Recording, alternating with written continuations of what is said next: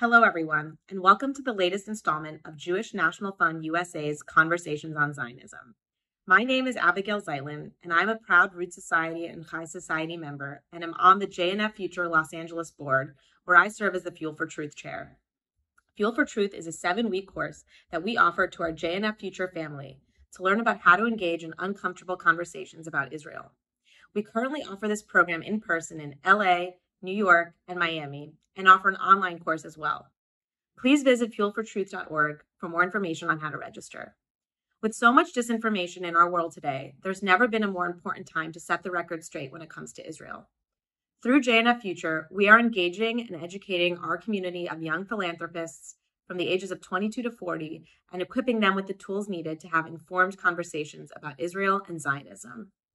As someone in the legal profession, I can't wait to watch tonight's episode that will take an in-depth look at the surprising legal, financial, and political response to Ben & Jerry's boycott of Israel and how Unilever is handling it. Our expert panel will also answer the question, is it possible for BDS to become a thing of the past? So please sit back, relax, and enjoy the show.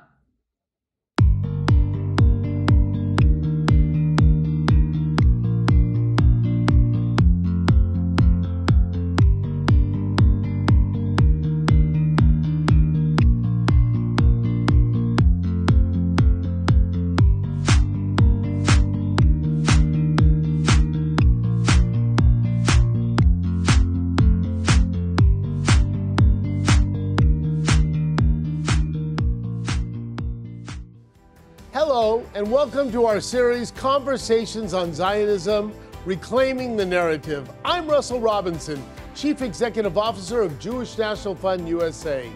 The time has come to be the voice of what Zionism really is. We're exposing the beautiful and diverse facets and facts of Zionism. Join me on this journey, together with Conversations on Zionism, Reclaiming the Narrative. This is Zionism.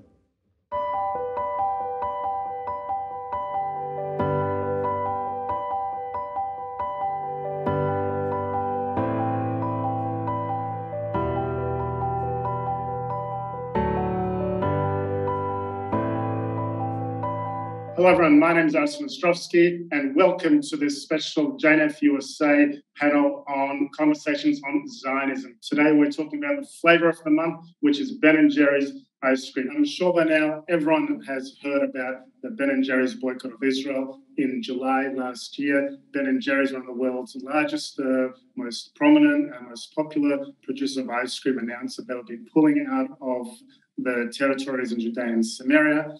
We later found out that they were actually intentional to pull out of Israel altogether.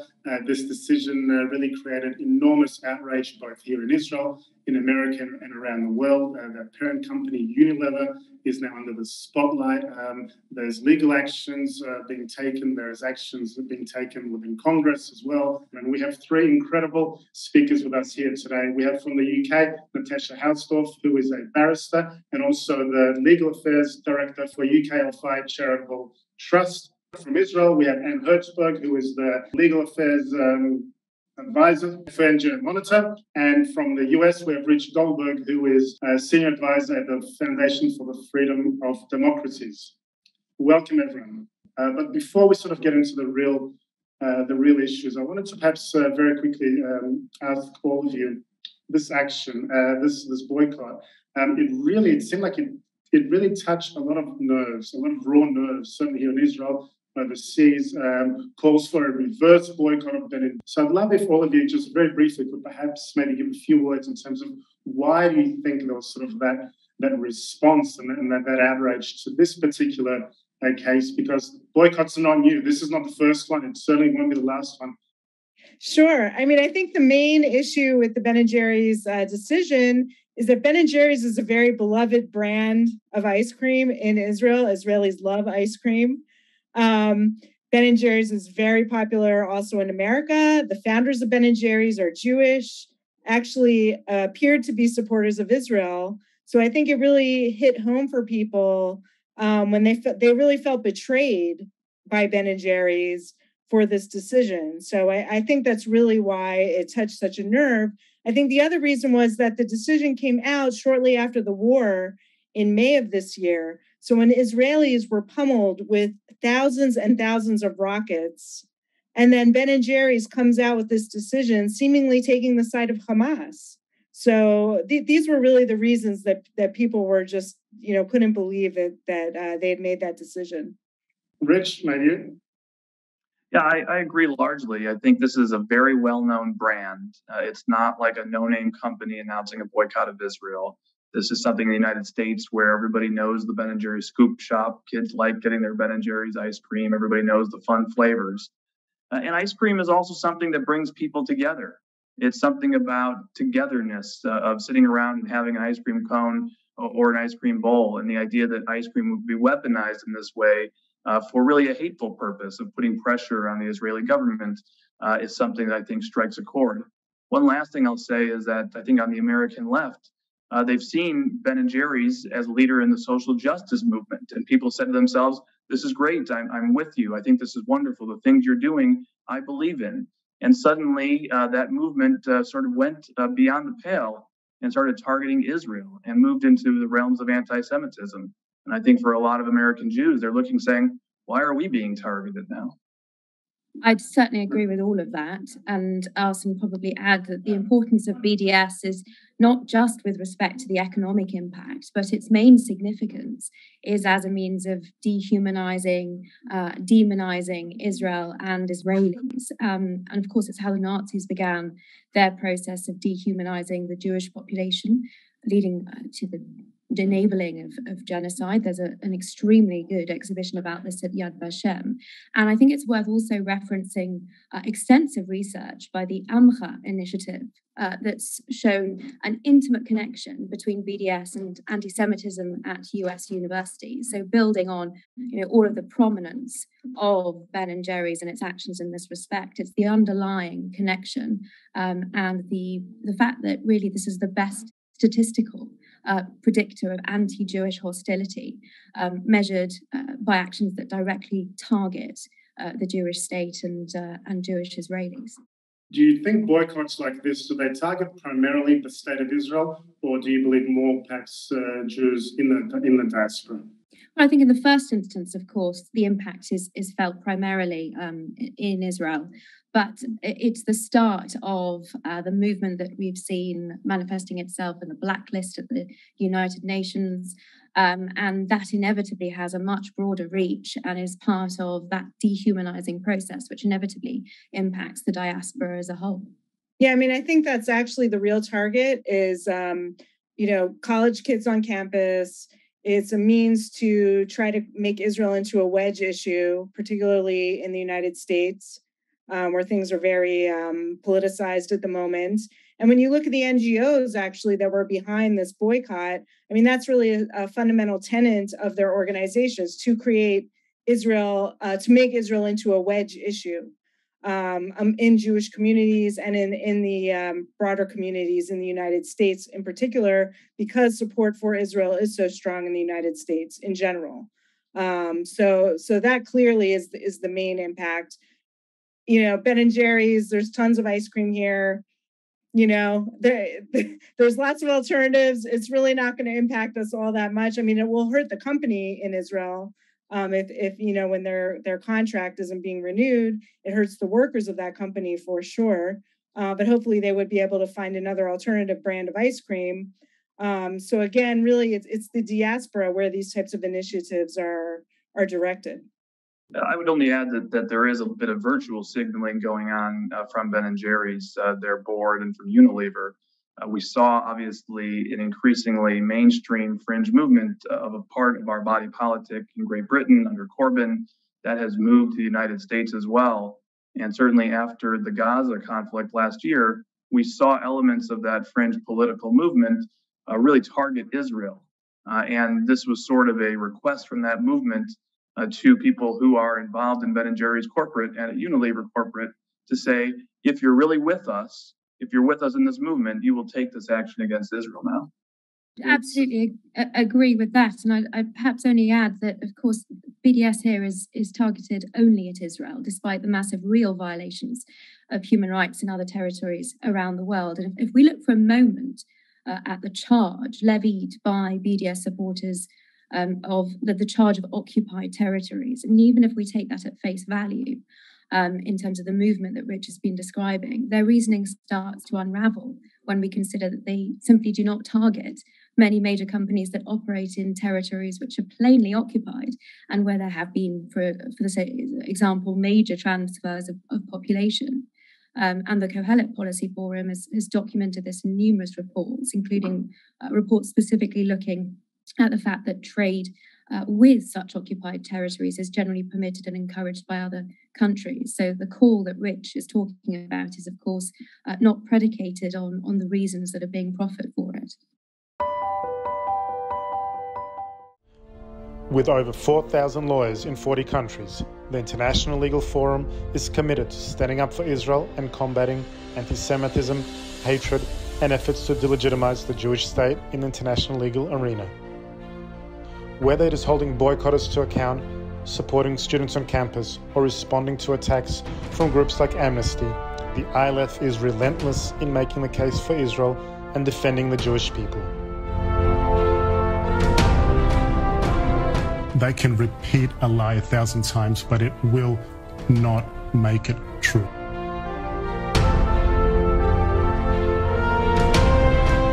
Support us in our mission.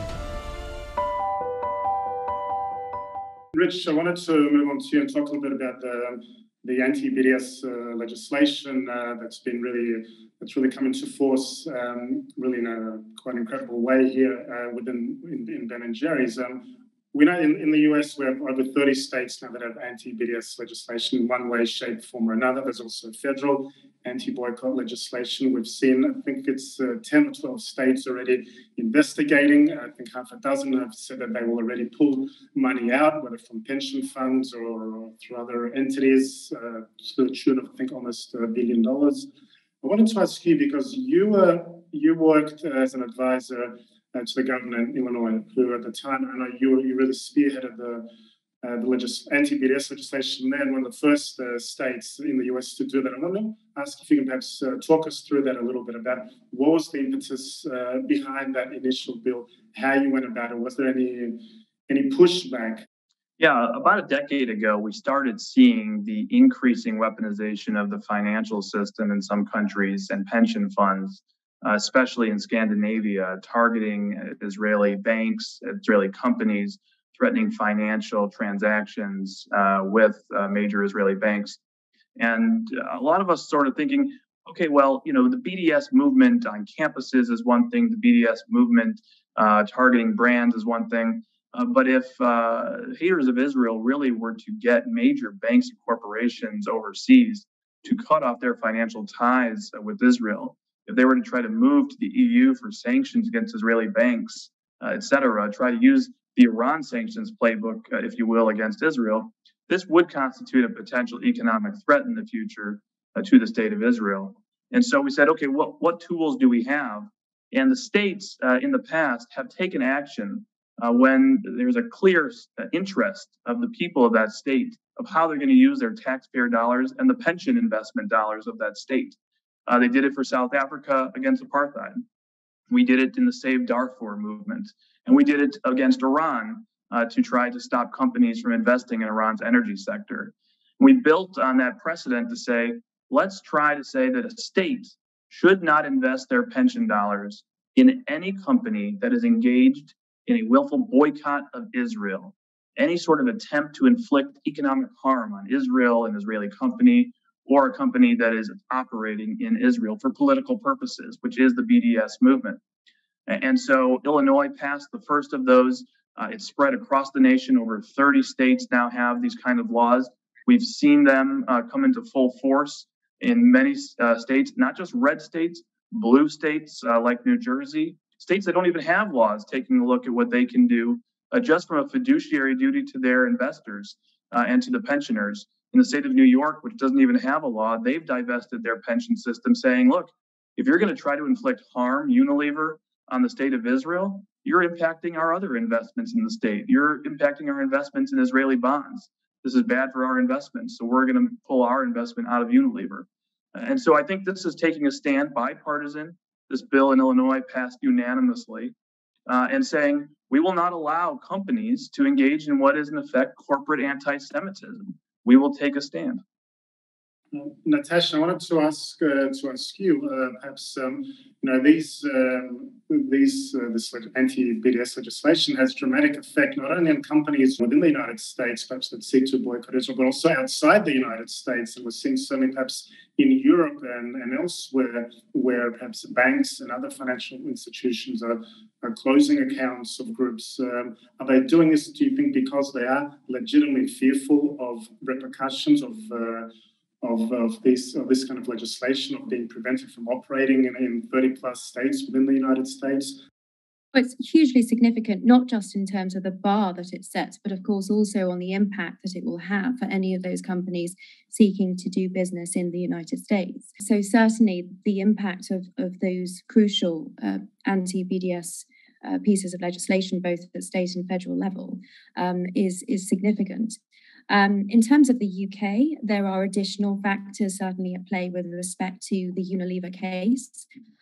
Although Unilever's US subsidiary, Conoco, is the sole shareholder of Ben & Jerry's, a key point to note is that the merger agreement under which the acquisition of Ben & Jerry's was effected requires Conoco to elect 9 out of the 11 directors as specified by the existing ones. And UK Lawyers for Israel have taken a number of steps to highlight this arrangement and the current fiasco, because both demonstrate that Unilever is not compliant with its own code of conduct. It's, of course, not compliant with the US state and federal laws. It's also not compliant with the Israel Competition Commission requirements, which are primarily that it must either maintain an existing franchise, arson, or replace that franchise with one that was approved by the Israeli Competition Authority. And so the announcement that we had certainly doesn't sit with the requirements of the Competition Authority. And finally, it's also not compliant with that Israeli anti-discrimination law, which prohibits the discrimination that Ben & Jerry's have entered into.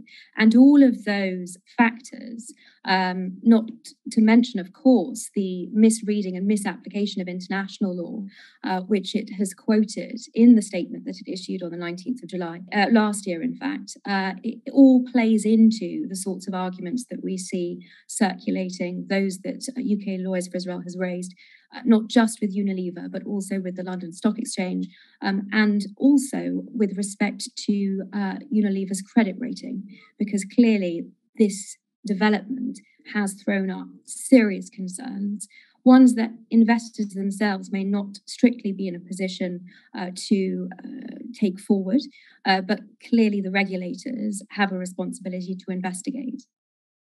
Can there be any pressure exerted on Unilever?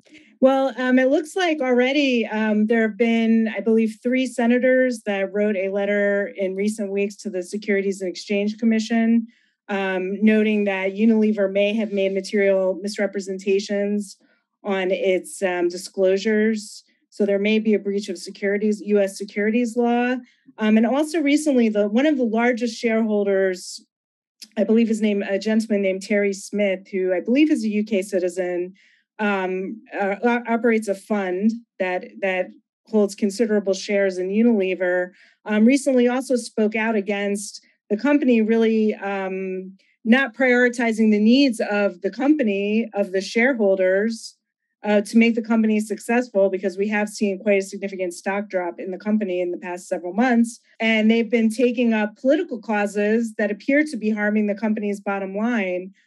So I would suspect there'll be, I'm not sure, Natasha's probably a better person, more familiar with the UK law, but certainly in the United States, there are shareholder derivative suits and other types of actions that shareholders can take to hold the company accountable. And I do know people are looking at the merger agreement and the other contracts that are at issue, both in Israel, UK, United States, to see what remedies are available. And the other really interesting thing in this case that I've noticed just from a lot of the reporting on it is that Unilever was very quick to claim that this was not a BDS action. It was still going to be operating within Israel, had nothing to do with BDS. But what's quite interesting is when you looked at the statements of the board, the independent board of Ben & Jerry's, they refuted that claim. They said, we never said that this wasn't going to necessarily involve distributing or making the product within Israel itself. And also, when you look at all of the NGOs that were behind the claim, they all talk about BDS. They all talk about the 48 agenda, apartheid in Israel. They are part of the BDS movement. Their campaigns have been on the BDS website, the BNC movement website, for over 10 years. And so it's quite, they're trying to backtrack away from that in order to prevent a lot of these measures that are coming down the pike. But when you look at the record, it doesn't really hold up.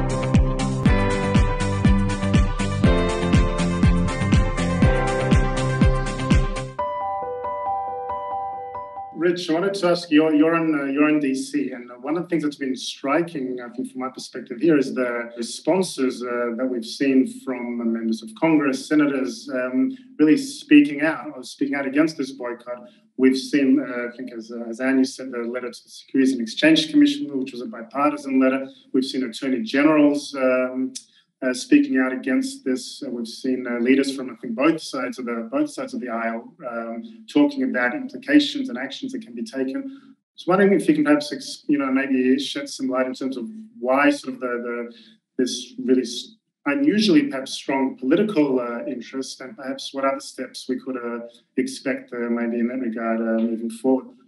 I think people are just outraged by how in your face of a boycott of Israel this is, and how much Alan Jope, the CEO of Unilever, has tried to deny what he is doing while he's doing it. And I think that is really triggering to people. To be quite clear, if you read the merger agreement, it is absolutely clear that Unilever could have overridden this decision, that Unilever could override it today and not pull the license at the end of this year. In fact, there's a provision in the merger agreement that even says they have to have a license in Israel, which was cited by a former Israeli commerce official last year when this was announced.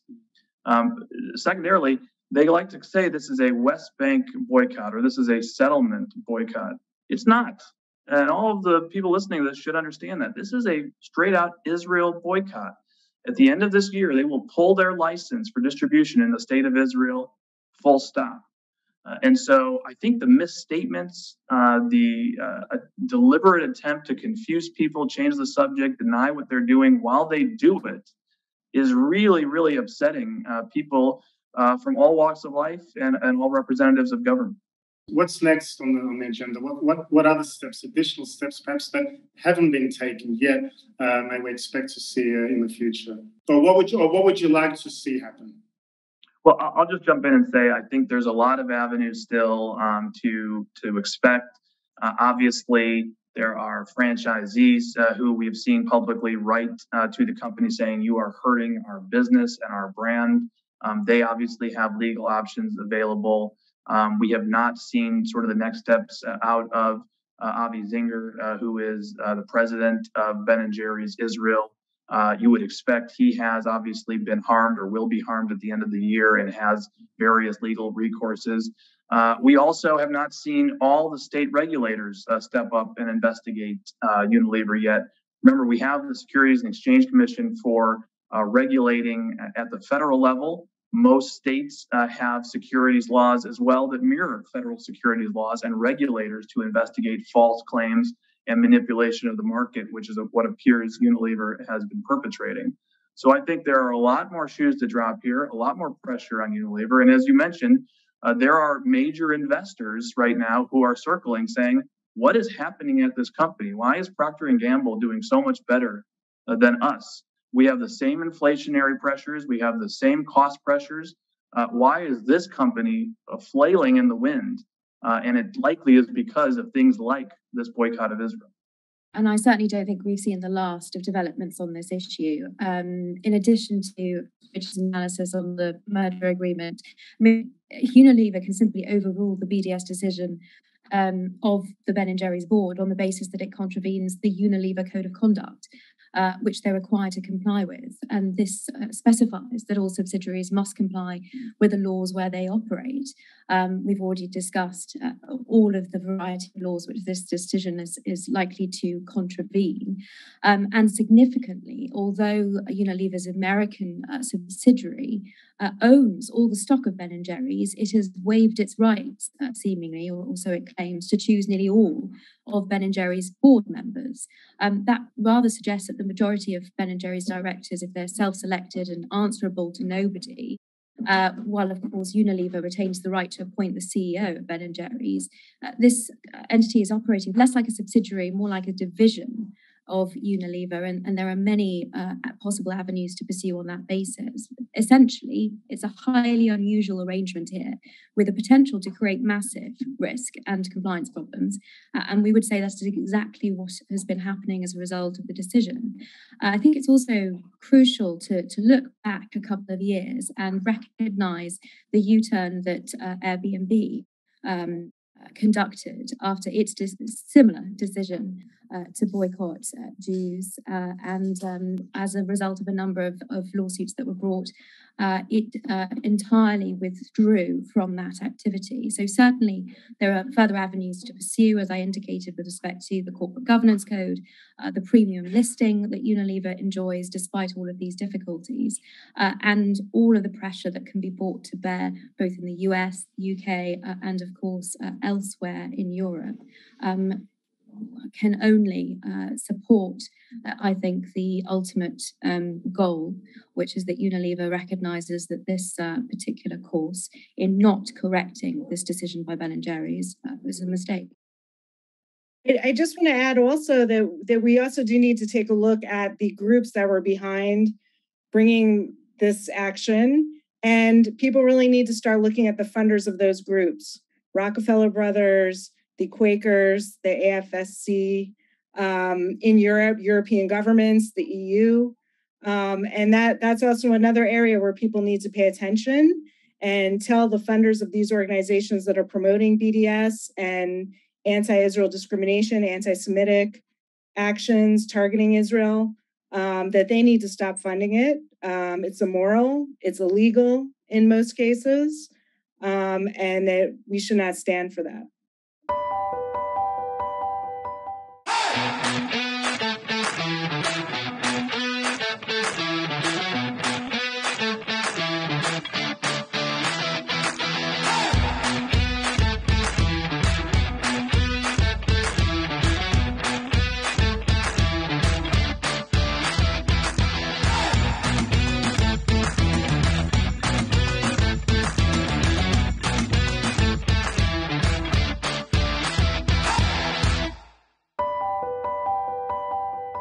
In the broader picture, what can we, in terms of our response to the future and ongoing threats of BDS, what can we draw from this? What can we learn from this moving ahead into the future?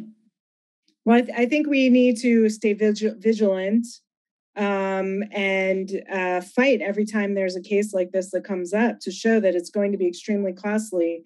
When the Arab boycott was taking place, in the 60s and 70s, the United States in particular really led the way on trying to fight off that boycott and secondary and tertiary boycotts. And we have to do the same thing now. We're very fortunate, at least Americans are very fortunate, that there is very strong feelings for Israel. There's strong bipartisan support for Israel, and there are lots of legal tools to prevent these discriminatory actions. And really, it's important to try to develop these models also in Europe, where I really see this being more of a problem because there is more hostility towards Israel in those countries, and unfortunately amongst government officials in those countries. So, I think Americans can play a big role in helping their European counterparts to develop these ways in which such boycotts can be prevented. I think it's absolutely crucial to have that sort of cooperation and knowledge sharing. And it's certainly something that I know we and other organisations have been building on, especially with those international contacts. I mean, Unilevers successfully prevented BDS using legal tools that Anna's described in numerous cases in the UK already.